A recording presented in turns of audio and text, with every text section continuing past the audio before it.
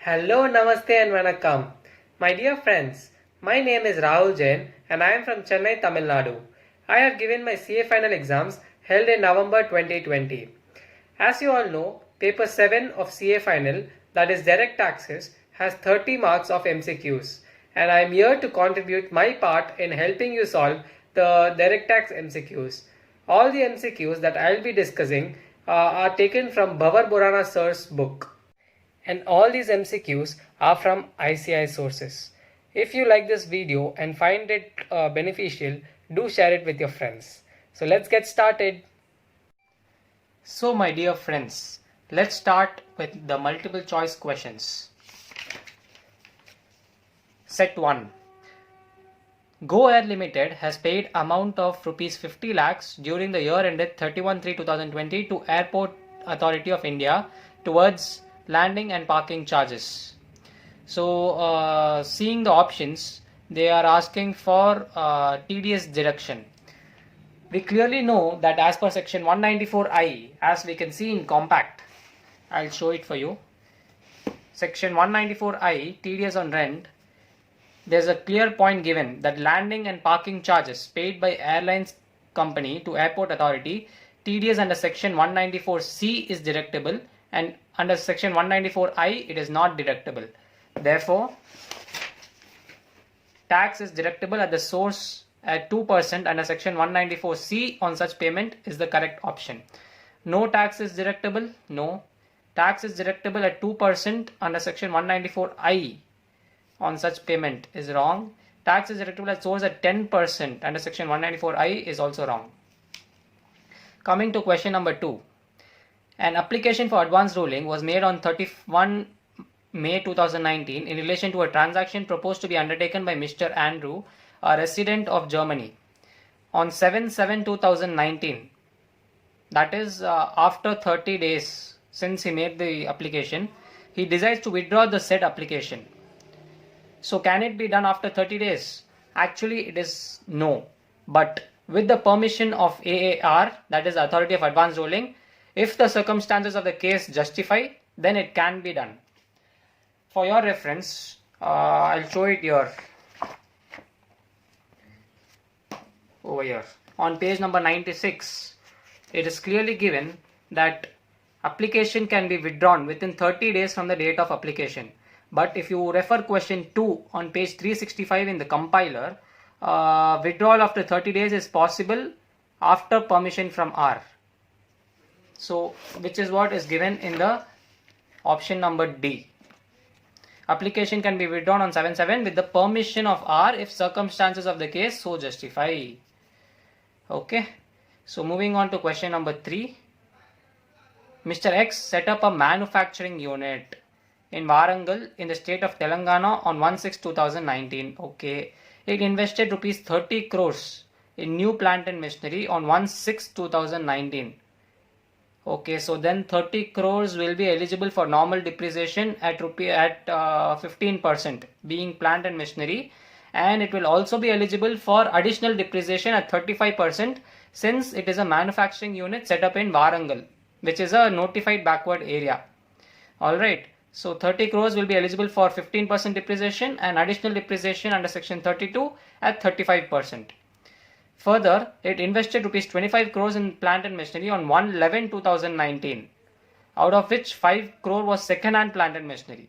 So 25 crores will be eligible for 15% depreciation, but since it has been put to use on 1/11/2019, that is for less than 180 days during the previous year 1920, it will be eligible for only 50% depreciation. Therefore, only 7.5% depreciation will be allowed on 25 crores, and when considering the additional depreciation, instead of 35%, only 50%, that is 17.5% of additional depreciation will be allowable. Therefore, I've done the calculation over here. So normal depreciation on 30 crores, it is 15% fully allowable, and on 25 crores, 7.5% is allowable. Okay. And additional depreciation at 35%. On 30 crores it is fully allowable, and on 20 crores, take note guys, take note, because it is said that 5 crores was second-hand plant and machinery. On second-hand plant and machinery, additional depreciation is not available. Therefore, on 20 crores, 17.5%, which is 3.5 crores. So when you add up, it is 15 crores plus 5.375 crores, which is equal to 20.37. Now moving on to question number 4. If country A is a NJA, then the rate at which interest receivable from an infrastructure debt fund notified under section 1047 is taxable in the hands of Mr. Ram, a resident of country A, and the rate at which tax has to be deducted at source on such income are respectively. Here two sections are involved, that is section 115A and section 94A. 115A is for tax rate and section 94A is for the TDS rate. So referring section 115A on page 75, let me take it for you. Section 115A. Okay. Here it is clearly given that the tax rate when interest, royalty and FTS is received by non-resident or foreign company from infrastructure debt fund under section 1047, the tax rate is 5%. Okay, so seeing the options, we see that the tax rate at 5%. Option B and D are into consideration. So straight away option A and C are eliminated. And for TDS rate, we have to refer section 94A. Okay, which speaks about, we'll refer on page 27, which speaks about TDS rate in respect of NJA. Here in point E, you can see that if any payment made to a person located in NJA, then minimum TDS rate will be 30%. So I think option D, yes, option D, it is correctly mentioned as 30%, and here it is, since it is 5%, this option is eliminated. Therefore option D is correct. Okay, so my dear friends, let's move on to question number 5. XYZ Limited has failed to report an international transaction entered by it with PQR Inc., which is a specified foreign company in relation to XYZ Limited. What would be the penalty leviable in this case? So here we can refer section 271AA. You can take page number 16 in this book, where it is clearly given under section 271AA that if in case of failure to report transaction, the penalty is 2% of transaction value, as well as under section 270A, if there is a failure to report any transactions which would constitute misreporting of income, then the penalty would be 200% of taxes. So when we see the options, we can see that 2% of value of transaction, yes, correct, as per section 271AA, and 50% of tax payable, no. 200% of tax payable on underreported income, correct, which is as per section 270A. So option 1 and 3 is correct. So your, yes, option D, which specifies the points number 1 and 3 is correct. So moving on to question number 6. In October 2014, Mr. Raghav, an Indian citizen who is a non-resident, bought 500 GDRs of Alpha Limited India, issued in accordance with notified scheme of central government against the company's initial issue in foreign currency. In January 2020, he sold 300 GDRs outside India to Mr. Joe, a citizen and resident of country outside India. So he is a non-resident. Mr. Joe is a non-resident. Mr. Raghav is also a non-resident. He had sold 300 GDRs out of the 500 GDRs which he had purchased to Mr. Joe, who is a non-resident. And the balance 200 GDRs he had sold to Mr. Kamal, who is a resident but not ordinary resident, which means Mr. Kamal is a RNOR. So they are asking what are the tax consequences of such sale transaction under the Income Tax Act. So here section 47(8)(a) will apply. So you can refer page 81 in this book. I'll take it for you. So section 47(8)(a), which specifies that any transfer of bonds or GDR referred in section 115AC, which we'll see right now, made outside India by one non-resident to another non-resident shall not be treated as transfer and capital gains not applied. Which means if A and B, that is in this case where Mr. Raghav and Mr. Joe, who are non-residents, any transfer between them will not be treated as capital gain and it will not be treated as transfer and capital gain will not be applied. Therefore, on 300 GDRs, no capital gain will be applied. On 300 GDRs, no capital gain will be applied. and on the balance 200 GDRs where it was sold to a resident person. We can see here non-resident to resident or RNOR. Mr. Kamal is an RNOR in this case. So it will be treated as transfer and capital gain will apply. Okay. So referring section 115 AC, you can refer 2 pages behind.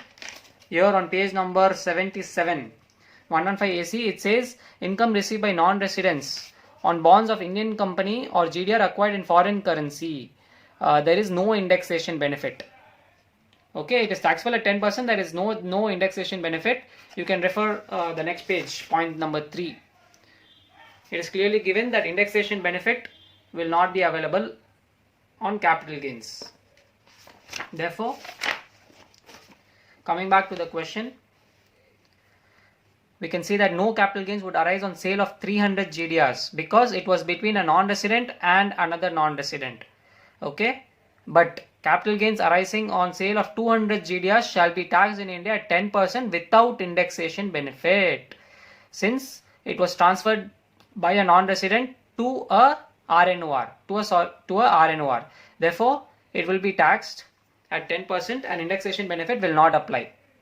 Here it is given with indexation benefit. Everything else is same, but here it is given with indexation benefit, which is wrong, which makes this option to be eliminated. Therefore, option C is correct. Moving on to the next question. An assessing officer entered a hotel run by a person in respect of whom he exercises jurisdiction at 8:30 p.m. for the purpose of collecting information which may be useful for the purpose of the act. The hotel is kept open for business every day between 8 a.m. and 10 a.m. So he entered at 8:30 p.m. So 8 a.m. and 10 p.m.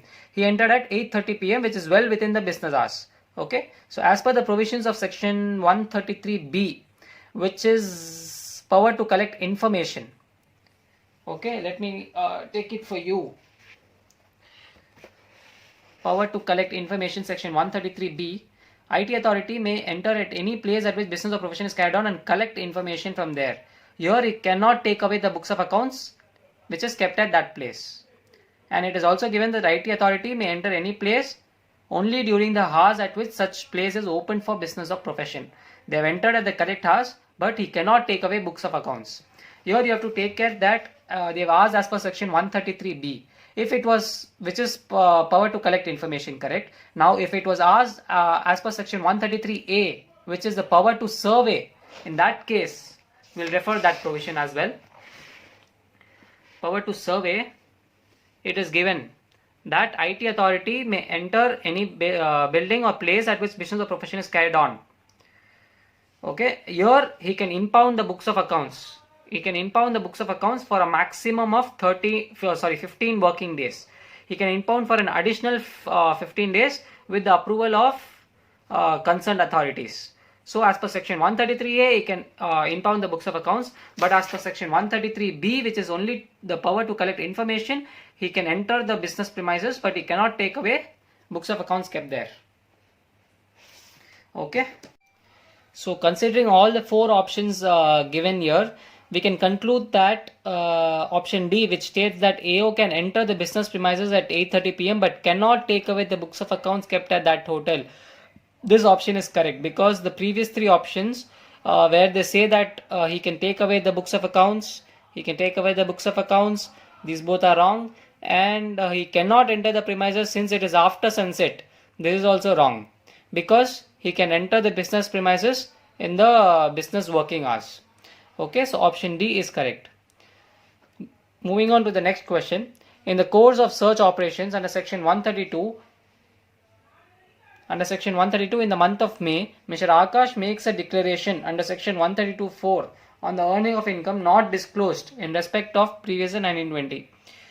He also explains the manner in which he has derived such income, and he pays the tax together with interest on such income, and also declares such income in the return of income filed by him in the month of July. Is penalty leviable in this case? Well, yes, definitely penalty is leviable, but it is leviable at a reduced rate. Normally it will be leviable at 60%, but since he has satisfied certain conditions, which I will explain here in section 271 AAB on page number 374, penalty at the rate of 30% will apply where the assessee during the search admits the undisclosed income, he specifies the manner in which such income was earned, and he pays the tax plus interest on undisclosed income, and he also furnishes the return of income declaring the undisclosed income before the due date. If he satisfies all the four conditions, in this case he has satisfied all the four conditions, a reduced rate at 30% will apply, and in other cases penalty at 60% under section 271 AAB if he does not satisfy even one of the four conditions mentioned above.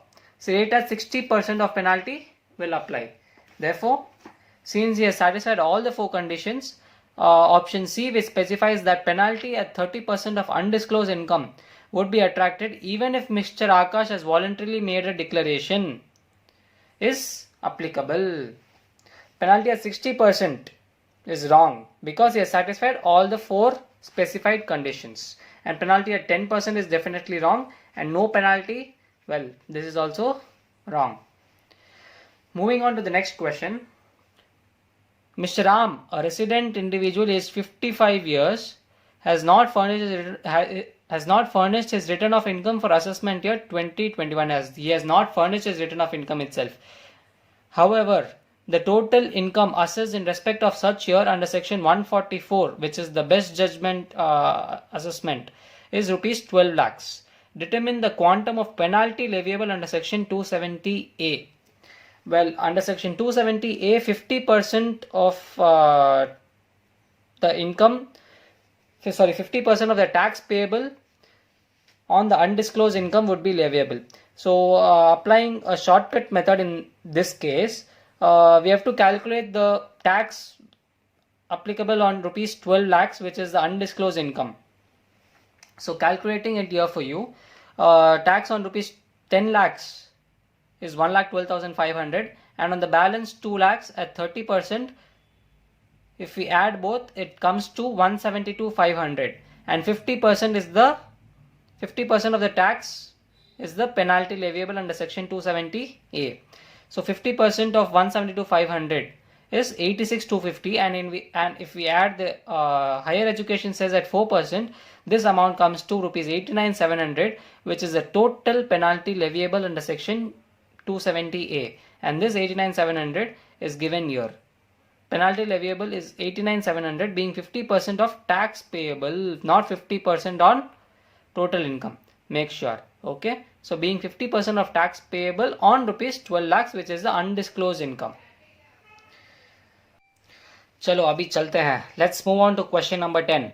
A private bank has not filed a statement of financial transaction or reportable account in relation to the specified financial transactions for the financial year 1920. A notice was issued by the prescribed income tax authority on 1st October 2020, requiring the bank to furnish the statement by 31st October 2020. The bank, however, furnished the statement only on 15 November 2020. What would be the penalty leviable under section 271 FA? For the provisions under section 271 FA, you can refer page 373 in compact, but however, I have summarized the provisions here for you. Actually, the due date for any bank to furnish its specified financial transactions for any financial year is the 31st May of the succeeding financial year. Okay, so but if the bank does not file within the due date, penalty under section 271 FA is applicable. Now you will ask, what is the penalty? Well, the penalty after 31st May till the period of notice, till the period specified in the date of notice by which the income tax authority has allowed the bank to furnish, that is 31st October in this case, rupees 500 per day will be applicable. Therefore 1st June to 31st October, which counts up to 153 days, into rupees 500 per day, rupees 76,500, and after the period specified in the notice, that is 1st November to 15 November, rupees 1,000 per day, it will be increased by rupees 500. So rupees 1,000 into 15 days, that is rupees 15,000. So totally 91,500. That is the total penalty leviable under section 271 FA in case the private bank has not furnished the statement of specified financial transactions by the due date, which is 31st May. So your option A is correct. Okay, moving on to question number 11. This is a very tricky and important question. Mr. Aryan is constructing a residential house property. He is constructing a residential house property in Mumbai for self-occupation. He has taken a loan of rupees 45 lakhs on 30/3/2019 for this purpose. SDV of the property is rupees 42 lakhs. He pays interest of rupees 3 lakhs during the previous year 1920. He repays rupees 3 lakhs towards principal on 31/3/2020. The construction is completed in April 2020. This is the only house property of Mr. Aryan for assessment year 2021. So be clear that they are referring to the period 2019-20. Okay, 1/4/2019 to 31/3/2020. For assessment year 2021, they are asking for deductions, under which section Mr. Aryan will be allowed deduction. What are the sections they are asking for? Well, it is section 24, section 80C and 80EEA. Well, that's all. So first let us consider one by one. Under section 24, which deals with pre-construction interest, you must note here that pre-construction interest is allowable from the year in which the construction is completed. So here the construction is completed in April 2020. That is financial year 2021 only. But here they are asking for us financial year 1920. So under section 24, no deduction will be allowed, since it is a pre-construction interest, and it will be allowed only from financial year 2020-21. That is the financial year in which the construction is completed. Okay. Now coming to section 80EEA, which is a new section. Here we should take care that he has taken the loan for constructing a residential house property. And section 80EEA is under deduction under section 80EEA is allowed only if the loan is taken for acquisition of house property. So therefore section 80EEA is also under that section also he cannot avail any deduction. And balance section is section 80C. Here he can be allowed deduction, right? Well, no, he cannot be allowed deduction, because in financial year 1920 the construction certificate is not issued, and deduction under section 80C is allowed only after construction is complete. This is a very important point that you have to note in section 80C, that deduction under section 80C is allowed only after construction is complete and the construction certificate is awarded. Therefore, he will not be allowed deductions under section 24, section 80C and section 80EA. Okay, I have summarized the provisions for you. Section 24, he will not be allowed because it is a pre-construction interest which is allowable from the year in which construction is completed, that is from financial year 2021 only. And section 80 EEA, loan is taken for construction, but it is allowed only if it is taken for acquisition. And section 80C, allowed only after construction is complete and construction certificate is awarded. But when the financial year 1920, construction is not complete because it was completed only in the next financial year. So under section 80C also it is not allowed. So here we find that option D is correct. Mr. Aryan is not entitled for deduction under section 24, section 80C and section 80 EEA. So how did you find this question? So this is how they test you in direct tax, such intricate points which you should note. Okay, so I hope you are clear with this.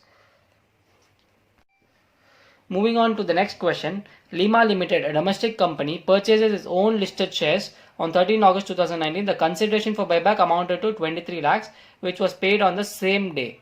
The amount received by the company 2 years back for issue of such shares, determined in the manner specified in Rule 40BB, was rupees 17 lakhs. The additional income tax payable by Lima Limited is Well, here the provisions of buyback is being tested, and the correct section will be section 115 QA, which you can refer on page 148 in compact, which says that tax will be payable on the distributed income, and the distributed income is the difference between the buyback price and the issue price, which is 23 lakhs minus 17 lakhs, which is 6 lakhs, and the tax will be payable at 20% plus 12% surcharge plus 4% higher education cess, which gives you an effective tax rate at 23.296%. So the tax payable will be 6 lakhs multiplied by 23.296%, which will give you rupees 1,39,776 only. So the additional income tax payable by Lima Limited will be 1,39,776. Moving on to the next question. REIT derives rental income of rupees 2 crores from real estate property directly owned by it, and short-term capital gains of rupees 1 crore on sale of developmental properties. Okay, and it also receives interest income of 3 crores from Gamma Limited, an Indian company in which it holds controlling interest. The REIT holds 80% of the shareholding of Gamma Limited. Alright, so rental income and interest income is exempt in the hands of REIT, but it will be taxable in the hands of unit holders. The interest income will be taxable at 5% in case of non-resident or foreign company, and in case of others it will be taxable at normal tax rate. And in case of rental income, it will be taxable in case of all unit holders at the normal tax rate. Okay, and in case of short-term capital gains on sale of developmental properties, it will be taxable in the hands of REIT at MMR, that is 42.744%, which is the effective MMR rate. Whereas if it was SGCG under section 111A, it would have been taxable in the hands of REIT at 15%. Okay, so out of all the options given, option D is the correct one, where it says that REIT enjoys pass-through status in respect of interest income from Gamma Limited and rental income from directly owned real estate property, and hence such income are taxable in the hands of unit holders. So it is exempt in the hands of REIT, but it is taxable in the hands of unit holders.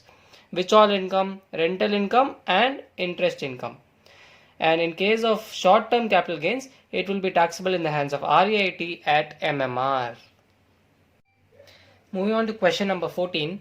Mr. Hari has income of rupees 52 lakhs under the head PGBP. One of his business is eligible for deduction at 100% of profits under section 80IB for assessment year 2021. Okay, the profit from such business included in the business income, which means in this income is rupees 20 lakhs. So the total income as per the normal provision of income tax will be 52 lakhs minus 20 lakhs, which is 32 lakhs, since this 20 lakhs is eligible for 100% deduction under section 80IB. So 32 lakhs will be the net total income as per the normal provisions of income tax. So what are they asking? The tax payable by Mr. Hari, assuming that he has no other income during the previous year 1920.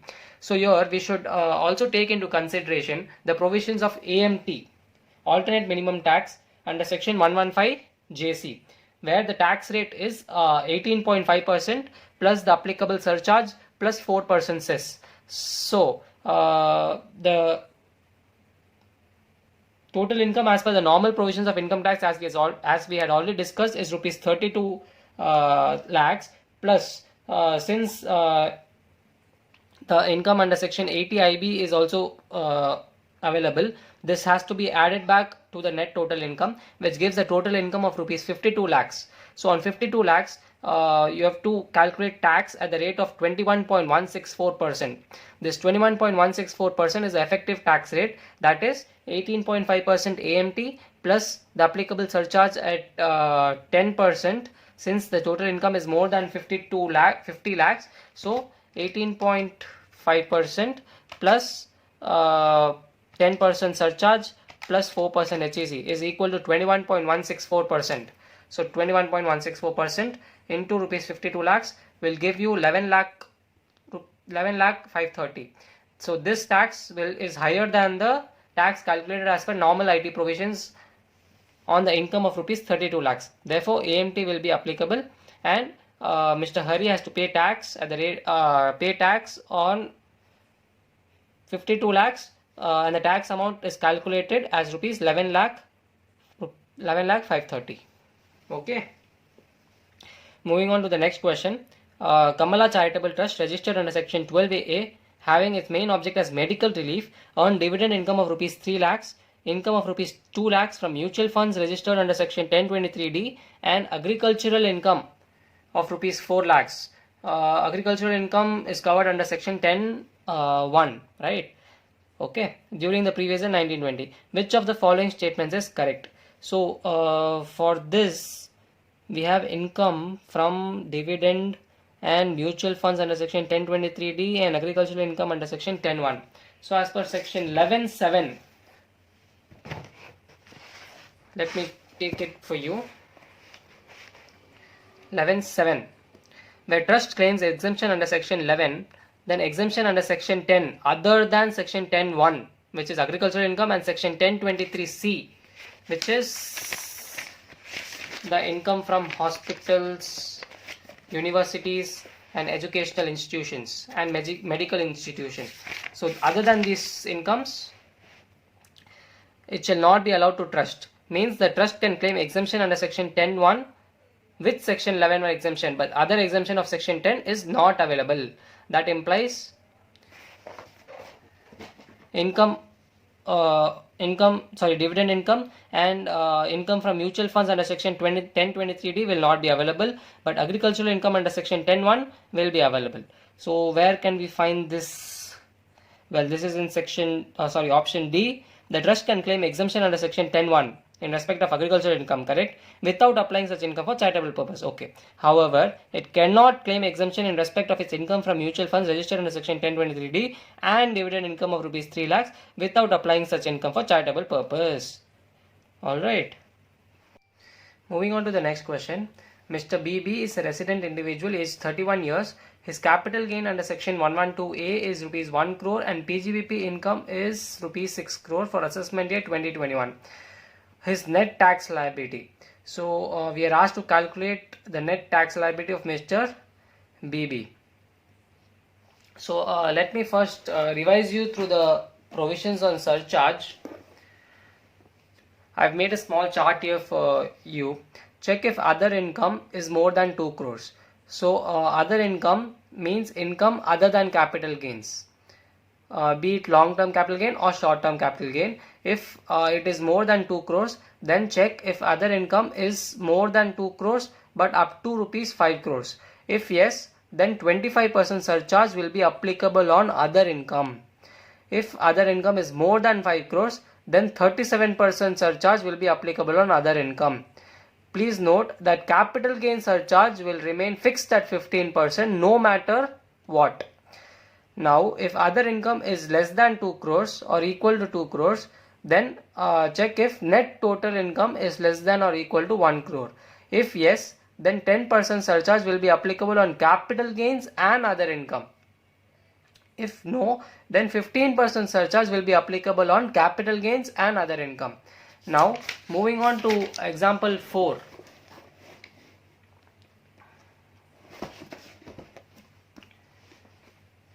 Here it is given that capital gains under section 112A is 1 crore and other income is 6 crore. So, to calculate tax on the long-term capital gain under section 112A on 1 crore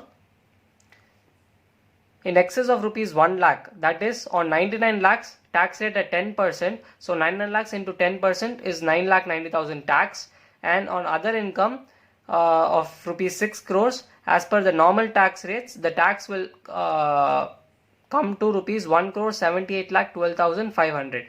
Now coming to surcharge, based on the chart that we had earlier studied, surcharge on long-term capital gains will be fixed at 15% no matter what. Therefore 9,90,000 into 15% surcharge will be 1,48,500, and surcharge on balance tax at 37% since other income is more than rupees 5 crores. So 1 crore 78 lakh 12,500 into 37%, will come to 65,90,625, and then you have to add the health and education cess at 4%. You will arrive at the net tax payable of 2 crore 65 lakh 63,290, which meets the option B, which is correct. Okay, moving on to the next question. Total income of Mr. Hari, a resident individual, is rupees 4,90,000 for assessment year 2021. His income comprised of long-term capital gain on sale of land, which is rupees 2 lakhs, and PGBP, which is 2,90,000. So 2 lakh plus 2,90,000 gives 4,90,000. So they are asking to calculate the tax liability. Here, only if we assume that Mr. Hari is a super senior citizen, then his basic exemption limit will be rupees 5 lakhs. Okay, so the unutilized basic exemption limit of rupees 2,10,000, which is 5 lakhs minus 2,90,000,